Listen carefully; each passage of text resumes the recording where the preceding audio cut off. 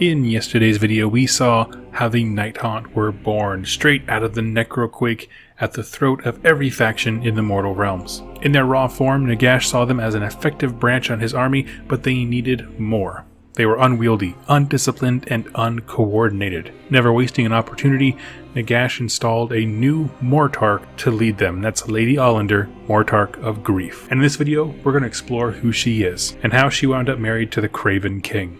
When Nagash began his search for a new Mortarch, he scoured every afterlife. Remember, Shyish is a place of endings. Any type of afterlife that a society might believe in is sort of a pocket realm in this greater realm that is Shyish. And he went and searched every underworld. Admittedly, some underworlds were pulled into the Nadir during its formation, but there were still many out there. And as he's traveling through these various underworlds, kind of letting his eye gaze upon the heroes of each, he sees mighty champions, tribal leaders of eons past, but he's not looking for someone who's all about brute force, not to lead.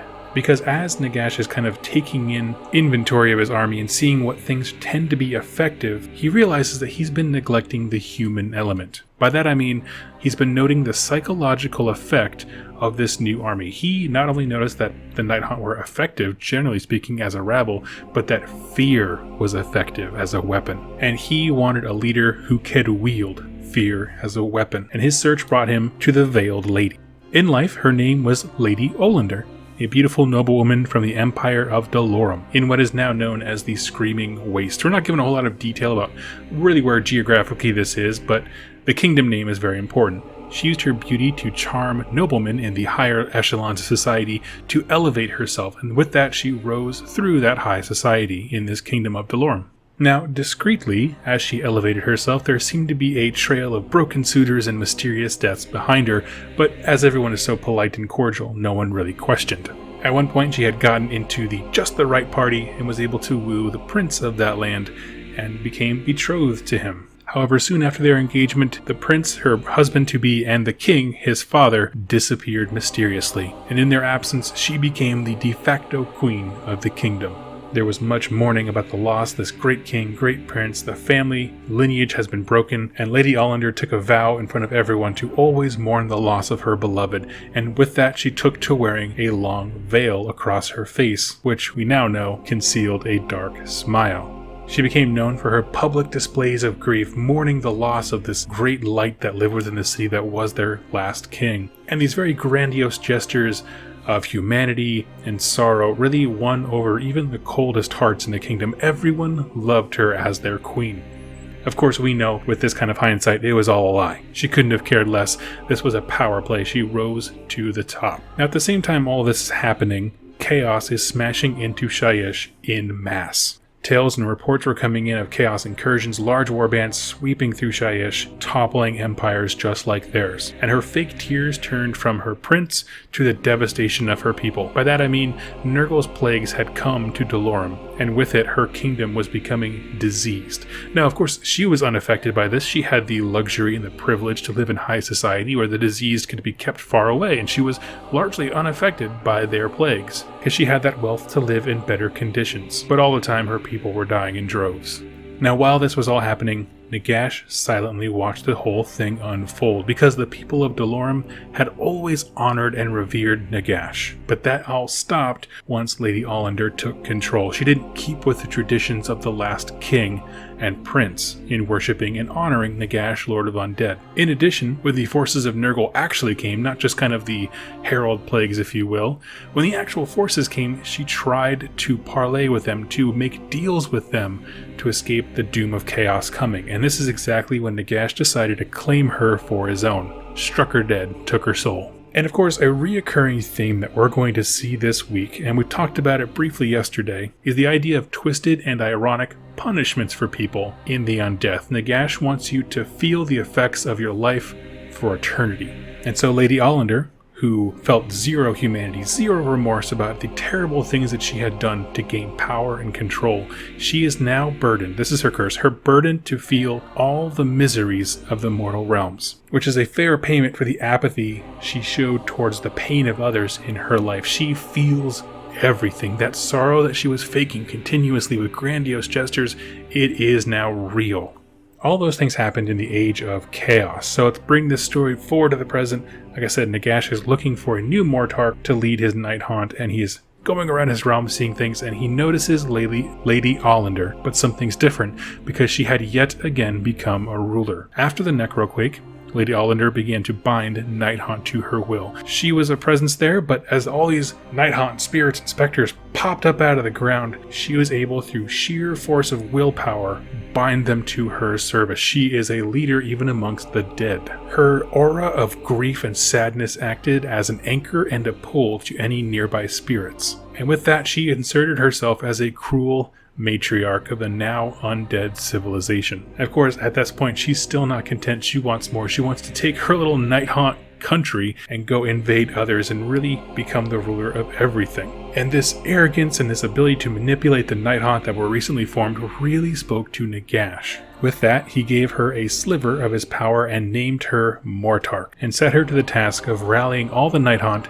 and making them a true threat to the mortal realms. Now, I'm not going to spoil all the actions she did. The Night Haunt book goes into great detail about the cool things that she did right away. But I will say this, she makes a brutally effective leader. So much so that Nagash only found one flaw in her, and that is that she is very headstrong, very strong-willed, which of course is what makes her so great at binding Night Haunt, but it could be a liability when it comes to a Mortarch with so much power. So in continuing with ironic punishments, Lady Olynder, who used betrothal to get power and influence, would be forced to marry another king and be bound to him. It is the exact anchor that she spent her life avoiding. Enter a new character named Kurdos Valentian, the Craven King, a cruel man whose sole ambition in life is to rule and subjugate others. And he was now forced to marry someone who led him, eternally being second place, never being allowed to rule. But there's more to Kurdos. As we said,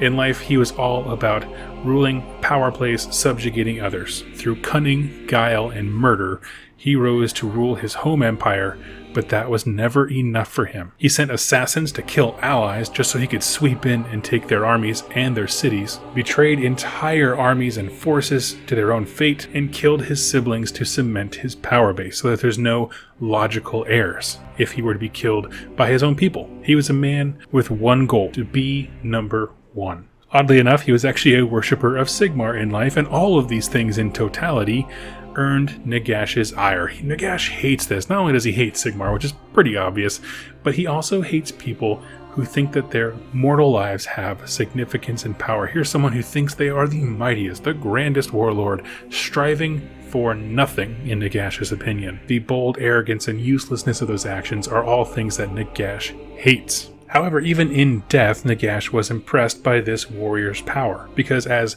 a wraith, Kurdos' sheer willpower saw him lead forces again, and the desire of power so great that it carried into the afterlife. Because it's just what he's made of. He is built to take control and lead. Now, after Nagash installed Lady Olynder, he sought lieutenants for her, and Kurdos was an obvious choice. He's very well versed at warfare, how to get the job done. And Kurdos was given a small measure of Nagash's power as well, not quite the Mortarch level, but a lot, and with that, he immediately gained a big dose of power, but also a curse to go with it. He can no longer speak, except to issue battle plans and orders. So there's no bellowing challenges, no surprises, no usurping, no politics, no boasts, none of the things that somebody who wants to steal power and rule will enjoy. He just gets to do his job leading the army for Nagash and Lady Olynder. And as an added punishment / gift, he forced the two to marry. Lady Olynder is now married to Kurdos. And with that, Lady Olynder is now eternally bound in the matrimony she killed to be free of. And Kurdos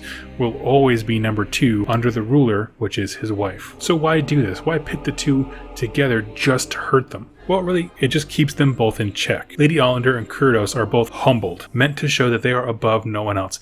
Everyone is equally subject to the will of Nagash. It also combines, frankly, the greatest parts of the undead to make a single army. Lady Olynder can command the spirits with ethereal power like no one else, and Kurdos is a tactical mastermind on the battlefield.